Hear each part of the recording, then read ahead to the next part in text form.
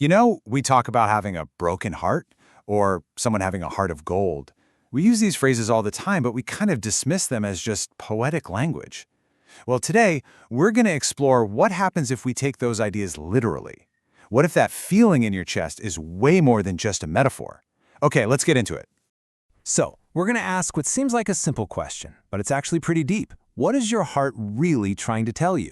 Because it turns out that little flutter of anxiety, that sudden pang of sadness, or that warm glow you feel when you connect with someone, that's not random. It's all part of this incredibly sophisticated internal communication system that we all have.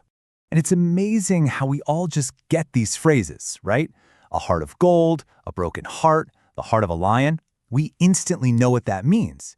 But here's the thing. Maybe these aren't just figures of speech. Maybe they're actually little windows into a biological reality where our emotions and our physical bodies are way more connected than we think. So let's shift gears from the poetic and dive into the science, because your body has its own internal compass, this built-in system that's constantly sensing what's happening on the inside. It's about time we learned how to read it. Now, the scientific term for this is interoception, but don't let the word trip you up. Just think of it as your eighth sense.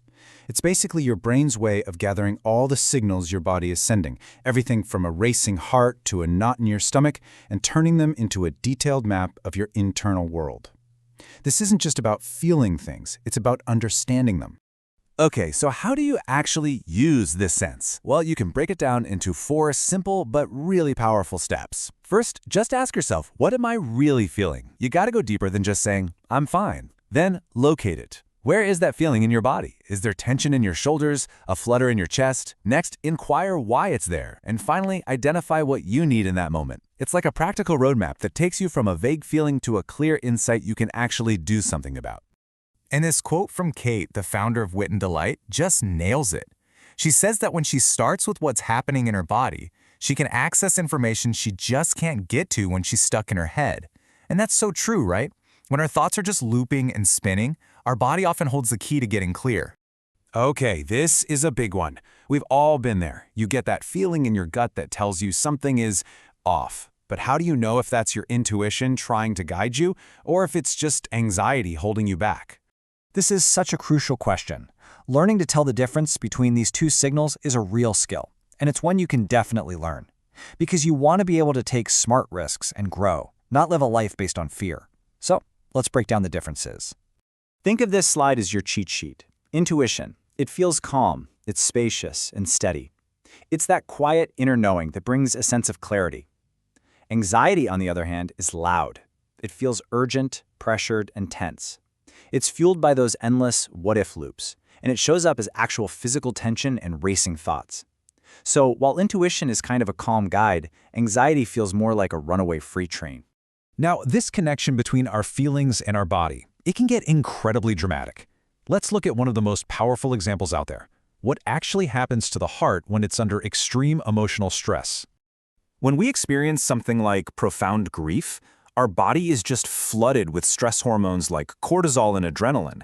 This isn't just an emotional response, it's a full-on physiological event that can cause very real physical symptoms, from chest pain to a compromised immune system. In some cases, this stress can actually trigger a condition known as broken heart syndrome, or by its medical name, Takotsubo cardiomyopathy. This is where the heart's main pumping chamber is literally stunned and weakened by an overwhelming emotional event.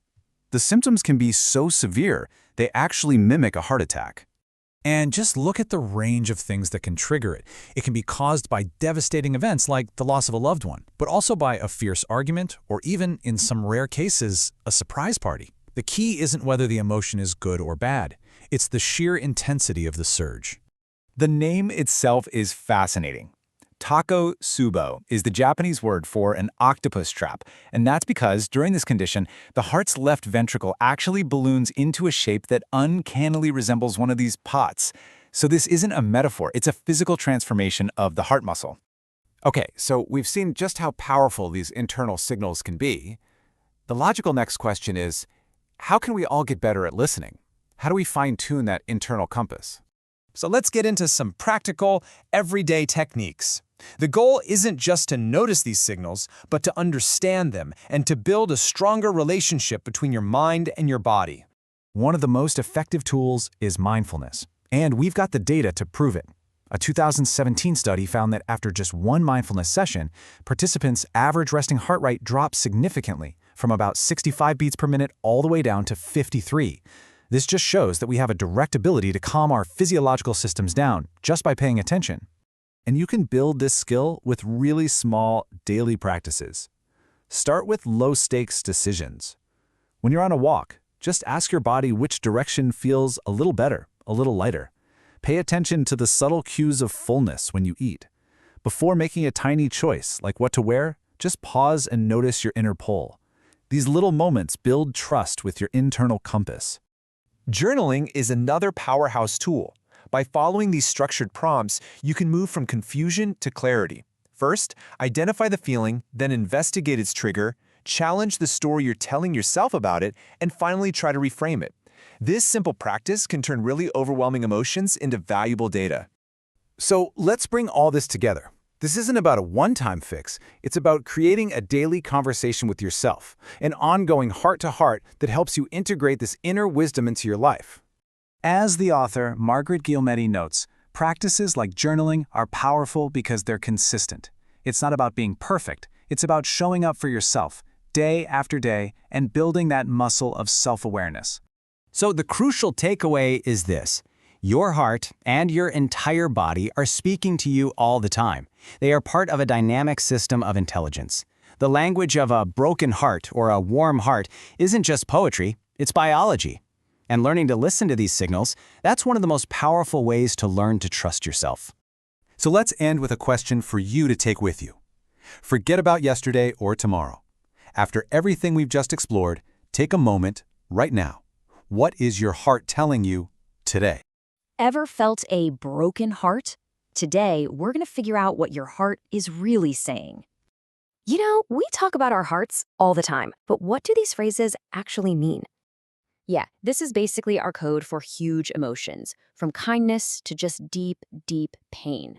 So the wild thing is, this link between our feelings and our physical heart, it's totally real. This condition can feel exactly like a heart attack, even when someone's arteries are perfectly clear. And get this, over 90% of cases are women, mostly between the ages of 58 and 75. It's named after a Japanese octopus trap, because that's what the heart actually looks like under stress. So how does our brain even hear these signals? Well, it's through a kind of hidden sense. It's called interoception. Basically, it's how your brain listens to everything going on inside your body. It's this huge network, constantly sending updates on everything from your heartbeat to your temperature. Okay, but here's the tricky part. Telling a gut feeling apart from just plain anxiety. Let's break it down. One feels like this calm, steady guide. The other, it's just a frantic, fear-based reaction. So learning to feel that difference is everything. How can you get better at listening? You can totally build this skill. Just try these 4 simple steps to check in with yourself. Just writing honestly for a few minutes, a couple of times a week, can make a massive difference. Prompts like these can help you dig a little deeper and really get what's going on. Things like mindfulness can also help by physically calming down your body's stress response. And as you're learning to listen, remember to be kind to yourself. No judgment. This whole practice helps you make choices from a place of wisdom, not just, fear.